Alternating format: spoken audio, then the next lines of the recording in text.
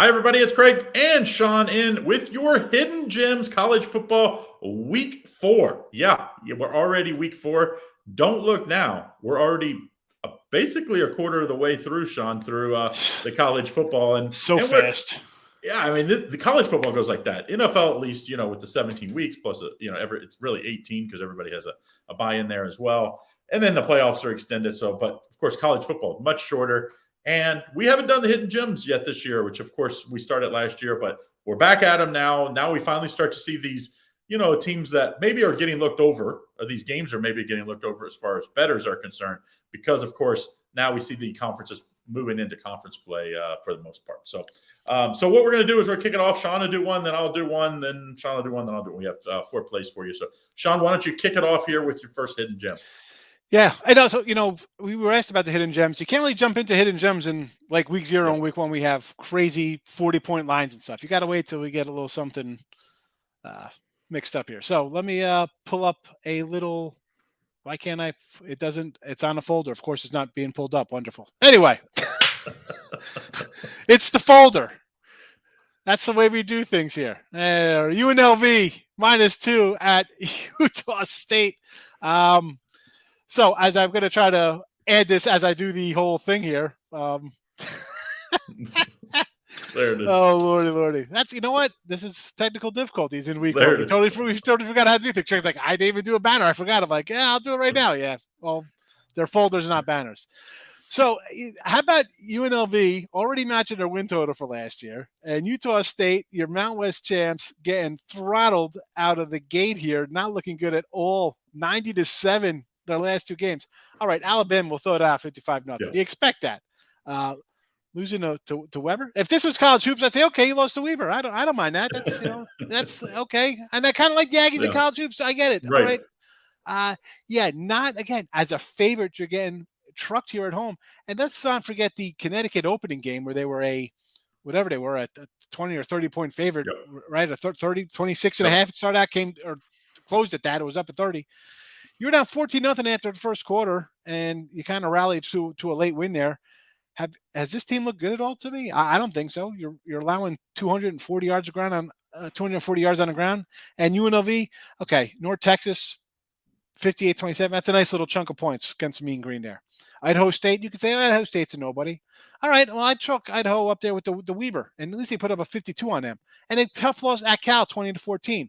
So, and that's a game where they were leading 7-0, 10-7, 17-4 at half.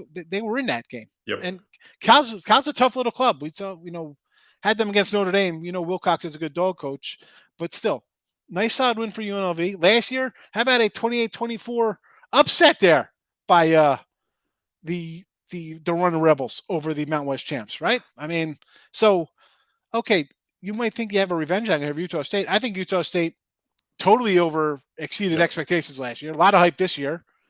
And maybe they can find another Anderson to coach them. I mean, they keep going all these Anderson coaches. But give me UNLV. The fact that they're a favorite here, a 2-win team predicted to win 2 wins is favored on the road is all you need to know here for me. Give me the Running Rebels to get it done. All right. Well, we'll take my hidden gem. We're going to go to my favorite conference for hidden gems. It's almost always the MAC. And we see the MAC, Buffalo at Eastern Michigan, 2 teams that, that they've played some pretty tough opponents, especially Eastern Michigan is playing up this year. They, most people are probably giving a lot of credit because they beat Arizona State last time out. I don't know really how much credit you should get because Arizona State's not very good. They did beat Eastern Kentucky. Kickoff did lose to ULL. That, Lafayette team's going to be pretty good, 49-21.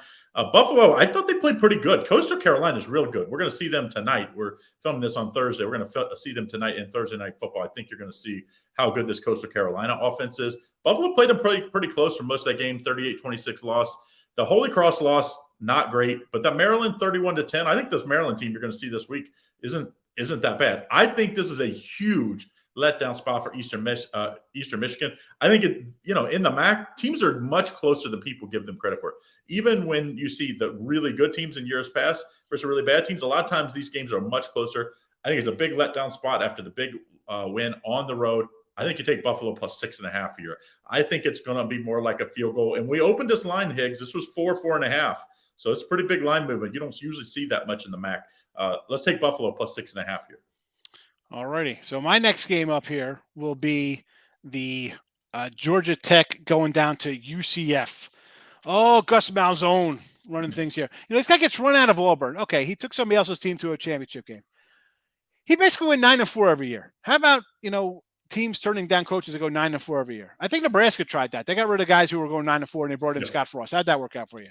And okay, he had a bad last year at Auburn, but still 9-4 last year. Not a bad coach. I like UCF. The fact that the AAC is laying 21 to the Atlantic Coast Conference.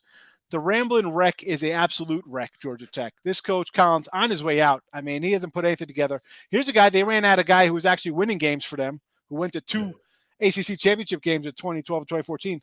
You weren't winning enough for us. Yeah, this team's won like 3 in like 4 games. Now you're a 21-point dog. You got smacked at home 42-0. 42-0 to Ole Miss. 41-10 you lose there to Clemson opening day. You put up 35-17 win over Western Carolina. Now, UCF hasn't beaten anybody sexy. South Carolina State, I mean, really? Okay, that's not 56-10.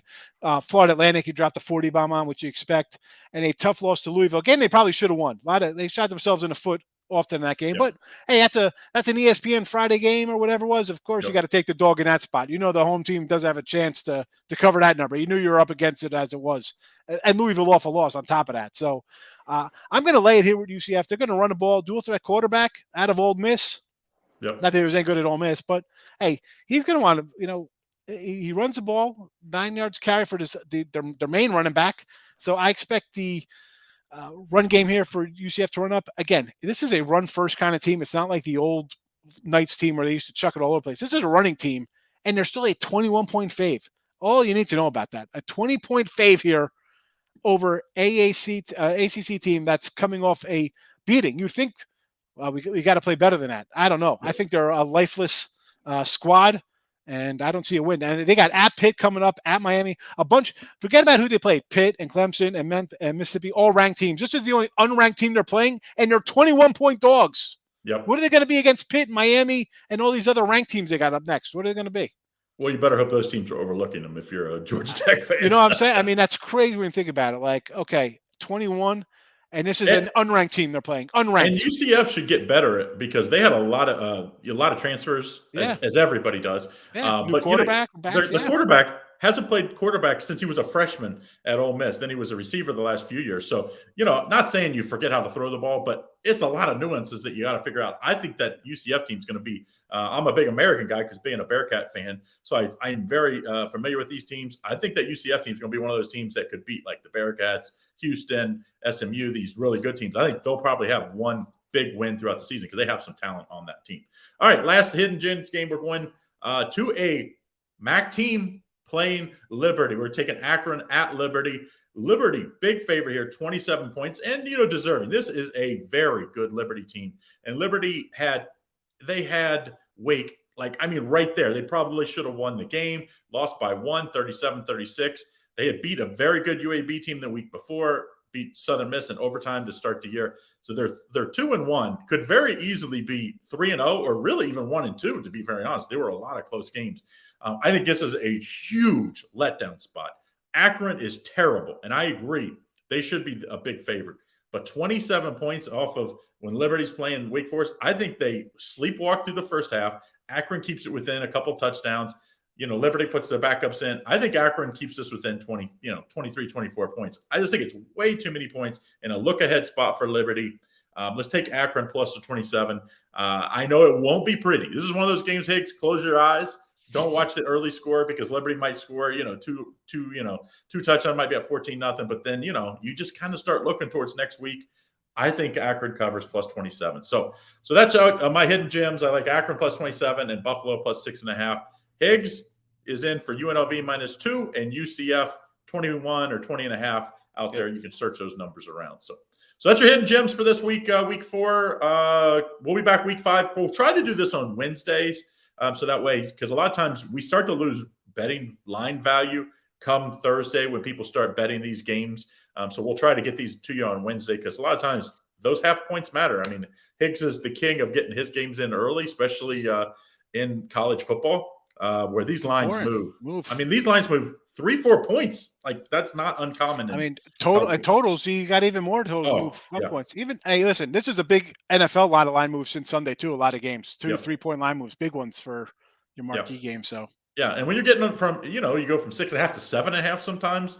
That's like, you're passing a key number. You're going from, 2.5 to 4.5. I mean, these are key numbers. So we'll try to get it in on Wednesday. But no matter what, we'll be back next week with Hidden Gems. Thanks again. If you would do us a favor, hit that thumbs up, hit the subscribe button, no matter which channel you're watching on, either Winning Free Picks or Picks and Parlays. So that way you won't miss out on next week's Hidden Gems. Yes.